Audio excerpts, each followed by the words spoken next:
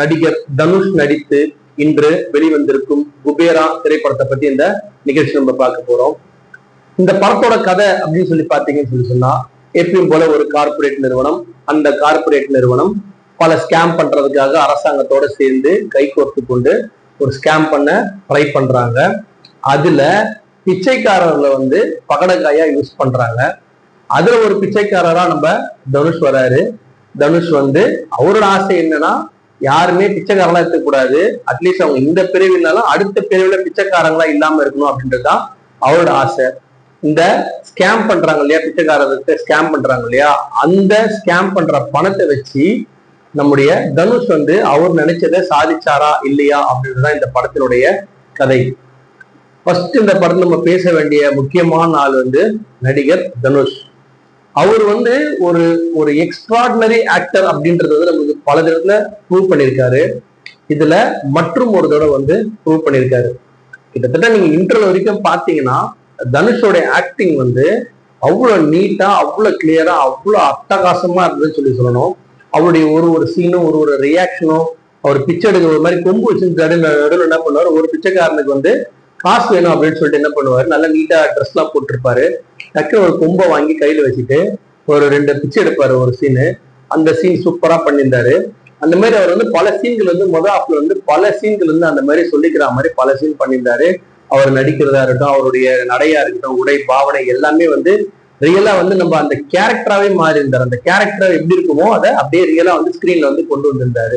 அவர் first இருக்கும் போது அந்த பிச்சைக்காரனா இருக்கும் போது ஒரு லுக்கும், அதுக்கப்புறமா அவரு எல்லாமே மேக்கப் எல்லாம் பண்ணி அந்த ஷேவ் எல்லாம் பண்ணதுக்கு அப்புறம் லுக் வராரு.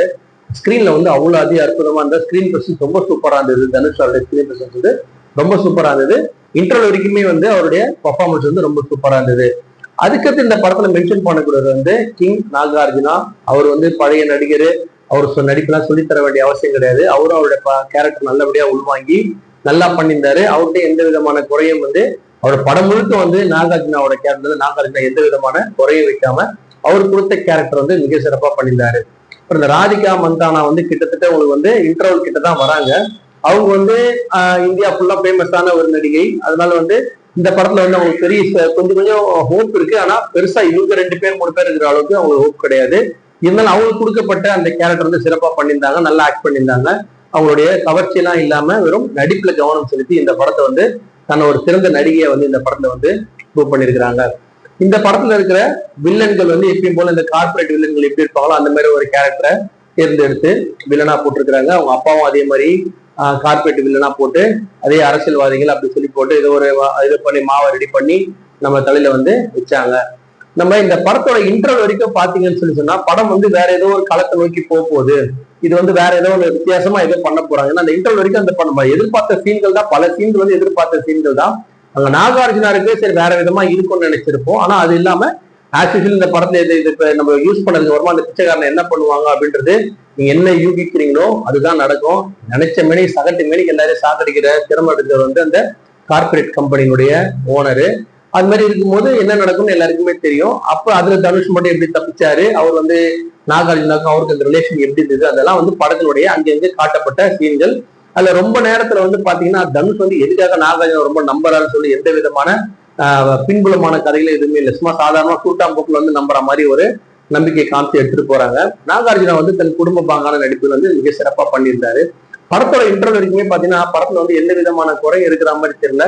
அது அற்புதமா இருந்தது. நல்லபடியா எல்லா ஆக்டிங் கதை எல்லாமே நல்லபடியா எடுத்துட்டு போறது.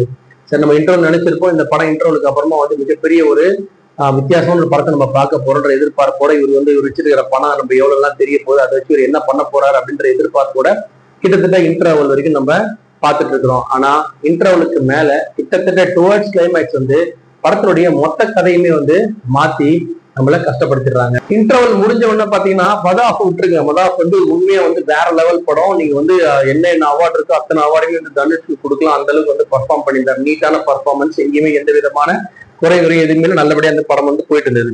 பட் ஆஃப்டர் இன்டர்வல் என்ன ஆச்சுன்னு சொன்னா இவங்க நாகார்ஜுனாவோட கேரக்டரை ஃபர்ஸ்ட் சேஞ்ச் பண்றாங்க. நாகார்ஜுனா ஃபர்ஸ்ட்ல இருந்தே இவங்க மேல பிச்சைக்காரங்க மேல ஒரு பரிதாபத்தோடவே இருக்கிற ஒரு கேரக்டரை காட்டுறாங்க. திடீர்னு பார்த்தா கெட்டவனா மாறுற மாதிரி காட்டுறாங்க, திடீர்னு நல்லவரா மாறுற மாதிரி காட்டுறாங்க. ஸோ தனுஷ்க்கு ஒரு நம்பர் தான் நம்ப உடனே ஒரு குழப்பத்தை உண்டு பண்ணிட்டே இருக்கிறாங்க.